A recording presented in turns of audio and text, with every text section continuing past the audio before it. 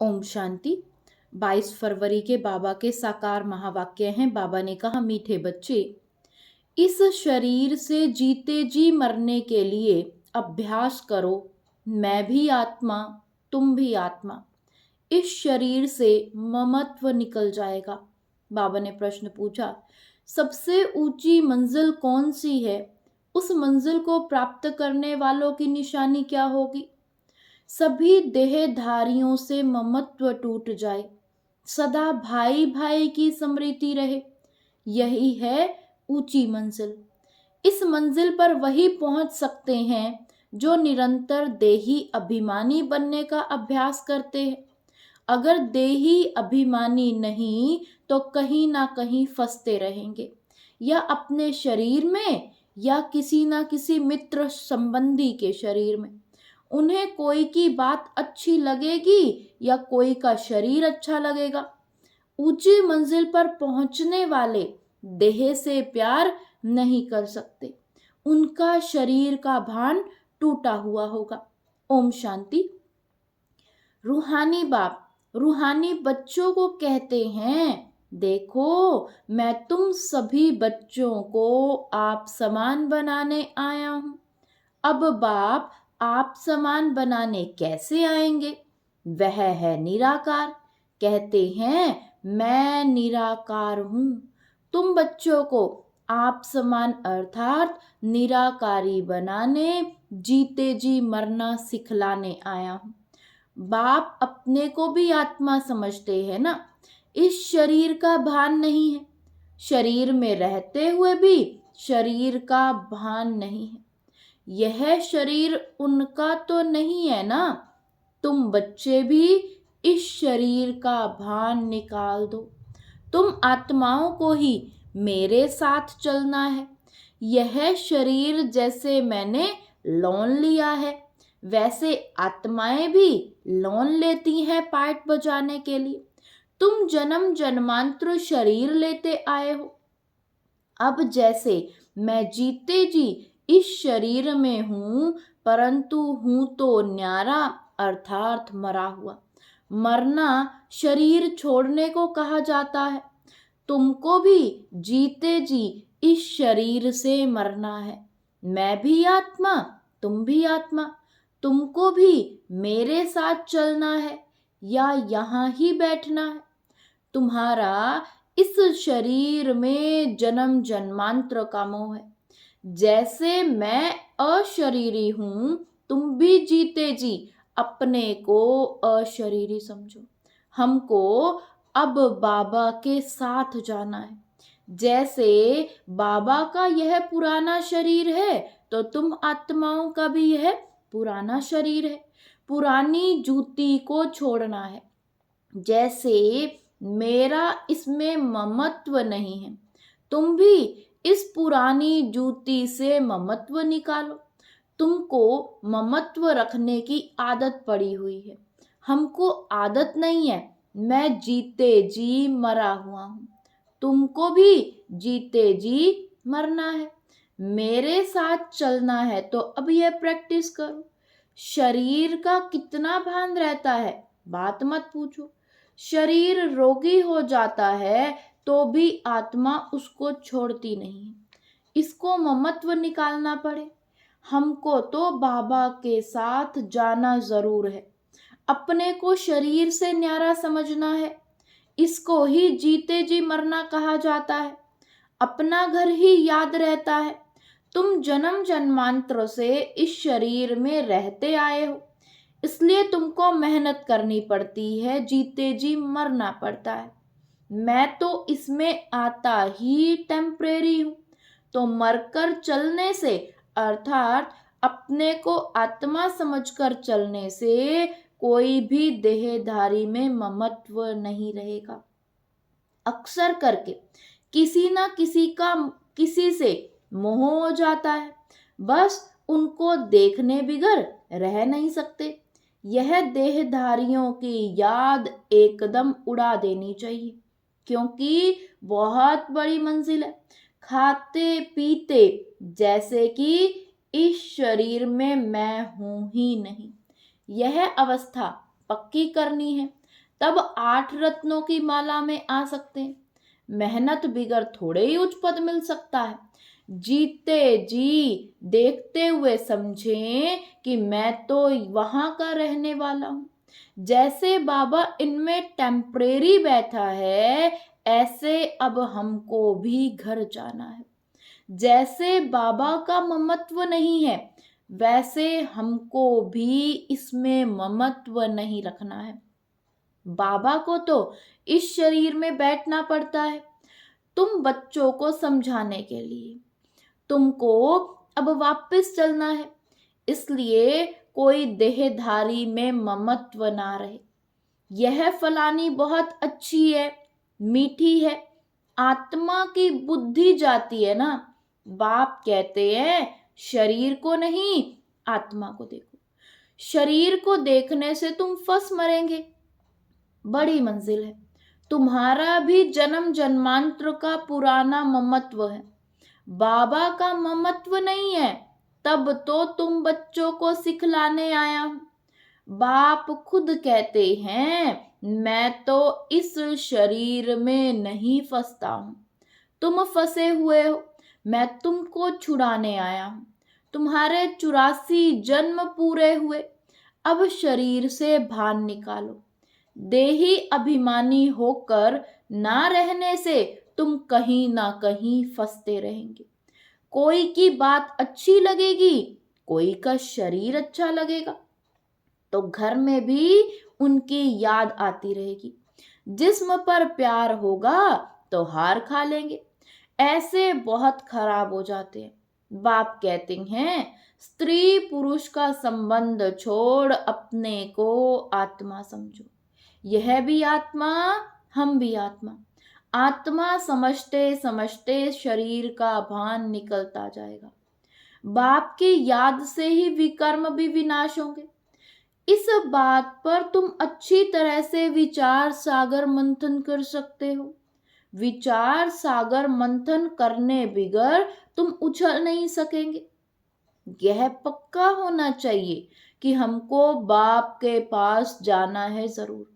मूल बात है याद की। 84 का चक्र पूरा हुआ, फिर शुरू होना है। इस पुरानी देह से ममत्व नहीं हटाया तो फंस पड़ेंगे, या अपने शरीर में या कोई मित्र संबंधी के शरीर में। तुमको तो किसी से भी दिल नहीं लगानी। अपने को आत्मा समझ बाप को याद करना है। हम आत्मा भी निराकार, बाप भी निराकार। आधा कल्प तुम भक्ति मार्ग में बाप को याद करते आए हो ना। हे प्रभु कहने से शिवलिंग ही सामने आएगा। कोई देहधारी को हे प्रभु कह ना सके। सभी शिव के मंदिर में जाते हैं, उनको ही परमात्मा समझ पूजते हैं। ऊंचे से ऊंचा भगवान एक ही है। ऊंचे से ऊंचा अर्थात परम धाम में रहने वाला। भक्ति भी पहले अव्यभिचारी होती है एक की, फिर व्यभिचारी बन जाती है। तो बाप बार बार बच्चों को समझाते हैं कि तुमको उच्च पद पाना है तो यह प्रैक्टिस करो। देह का भान छोड़ो। सन्यासी भी विकारों को छोड़ते हैं ना। आगे तो सतो प्रधान थे, अभी तो वह भी तमो प्रधान बन पड़े हैं। सतो प्रधान आत्मा कशिश करती है, अपवित्र आत्माओं को खींचती है, क्योंकि आत्मा पवित्र है। भल पुनर्जन्म में आते हैं तो भी पवित्र होने के कारण खींचते हैं। कितने उनके फॉलोअर्स बनते हैं। जितना पवित्रता की जास्ती ताकत, उतने ज्यादा फॉलोअर्स। यह बाप तो है ही एवर प्योर और है भी गुप्त। डबल है ना, ताकत सारी उनकी है, इनकी नहीं। शुरू में भी तुमको उसने कशिश की, इस ब्रह्मा ने नहीं, क्योंकि वह तो एवर प्योर है ना। तुम कोई इनके पिछाड़ी नहीं भागे। यह कहते हैं मैं तो सबसे जास्ती पूरे 84 जन्म प्रवृत्ति मार्ग में रहा। यह तो तुमको खींच ना सके। बाप कहते हैं मैंने तुमको खींचा। भल सन्यासी पवित्र रहते हैं, परंतु मेरे जैसा पवित्र तो कोई भी होगा नहीं। वह तो सब भक्ति मार्ग के शास्त्र आदि सुनाते हैं, मैं आकर तुमको सब वेदों शास्त्रों का सार सुनाता हूँ। चित्र में भी दिखाया है, विष्णु की नाभि से ब्रह्मा निकला, फिर ब्रह्मा के हाथ में शास्त्र दिखाए हैं। अब विष्णु तो ब्रह्मा द्वारा शास्त्रों का सार सुनाते नहीं है, वो तो विष्णु को भी भगवान समझ लेते हैं। बाप समझाते हैं मैं इन ब्रह्मा द्वारा सुनाता हूँ, मैं विष्णु द्वारा थोड़ी समझाता हूँ। कहाँ ब्रह्मा और कहाँ विष्णु। ब्रह्मा सो विष्णु बनते हैं, फिर 84 जन्म के बाद यह संगम होगा। यह तो नई बातें है ना, कितनी वंडरफुल बातें हैं समझाने की। अब तो बाप कहते हैं बच्चे जीते जी मरना है।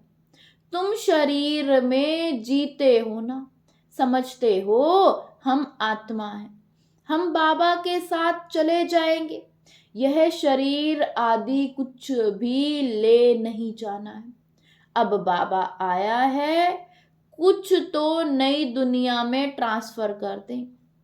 मनुष्य दान पुण्य आदि करते हैं दूसरे जन्म में पाने के लिए। तुमको भी नई दुनिया में मिलना है। यह भी करेंगे वही जिन्होंने कल्प पहले किया होगा। कम जास्ती कुछ भी होगा नहीं। तुम साक्षी होकर देखते रहेंगे, कुछ कहने की भी दरकार नहीं रहती। फिर भी बाप समझाते हैं जो कुछ करते हैं उसका भी अहंकार नहीं आना चाहिए। हम आत्मा यह शरीर छोड़कर जाएंगे, वहां नई दुनिया में जाकर के नया शरीर लेंगे। गाया भी जाता है राम गयो रावण गयो। रावण का परिवार कितना बड़ा है, तुम तो मुट्ठी भर हो, यह सारा रावण संप्रदाय है। तुम्हारा राम संप्रदाय कितना थोड़ा होगा, 9 लाख। तुम धरती के सितारे हो ना, माँ बाप और तुम बच्चे। तो बाप बार बार बच्चों को समझाते हैं कि मर्जीवा बनने की कोशिश करो।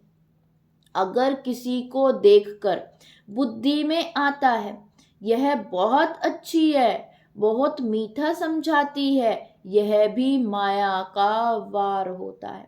माया ललचा देती है, उनकी तकदीर में नहीं है तो माया सामने आ जाती है।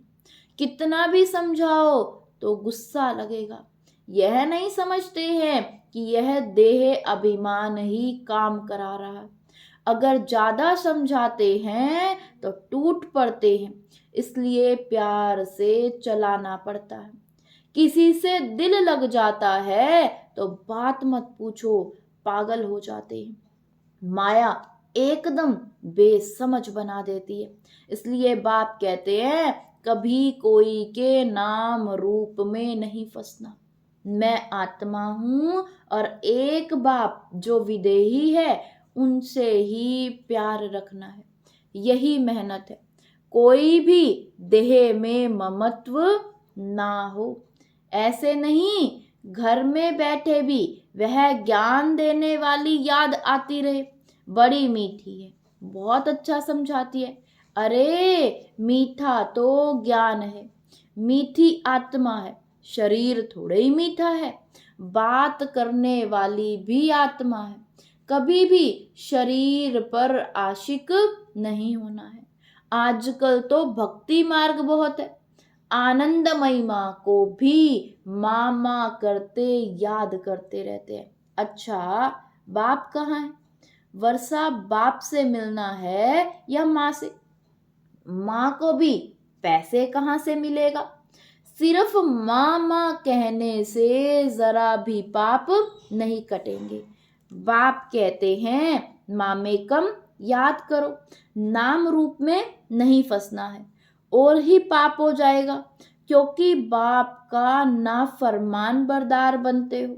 बहुत बच्चे भूल जाते हैं बाप समझाते हैं, मैं तुम बच्चों को लेने आया हूँ, सो जरूर ले जाऊंगा, इसलिए मेरे को याद करो।